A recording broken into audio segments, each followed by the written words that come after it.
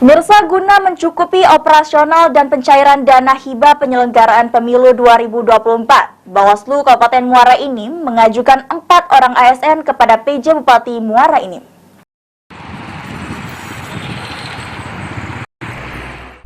Saat ini Bawaslu Kabupaten Muara Enim membutuhkan staf sekretariat yang akan beroperasional untuk penyelenggaraan pemilu 2024. Selain itu, guna bisa melakukan pencairan dana hibah dari pemerintah Provinsi Sumatera Selatan, Bawaslu Muara Enim melalui Bawaslu Provinsi Sumatera Selatan telah memberikan surat permohonan untuk pengajuan 4 orang ASN untuk tenaga pembantu di Sekretariat Bawaslu Muara Enim.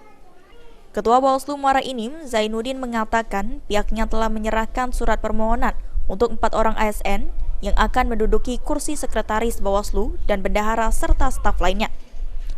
Pengajuan ini sebagai langkah untuk mempercepat pencairan dana hibah pelaksanaan pemilu 2024 yang telah dikucurkan oleh pemerintah Provinsi Sumsel. Bawaslu berharap agar PJ Bupati Muara Enim bisa memberikan persetujuan secepatnya agar bisa melakukan pencairan dana hibah tahap 1 yang bisa dicairkan 14 hari setelah diserahkan pemerintah Provinsi Sumatera Selatan. Pendukung pada saat ini staf kita ada 16 staf. Terus ada tenaga pendukung yang diperbantukan dari provinsi saat ini berjumlah 2 orang, satunya sebagai korsek, satu sebagai BPP atau bendahara pembantu.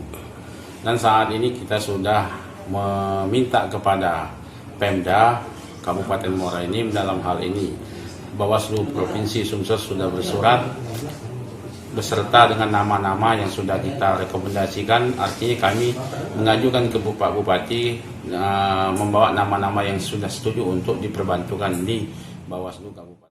Di dalam surat permohonan, Bawaslu juga menyertai nama dari ASN sebagai rekomendasi dan sudah mendapatkan persetujuan dari Bawaslu Provinsi Sumatera Selatan.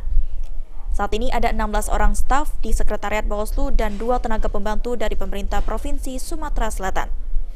Mardiansyah, PAL TV.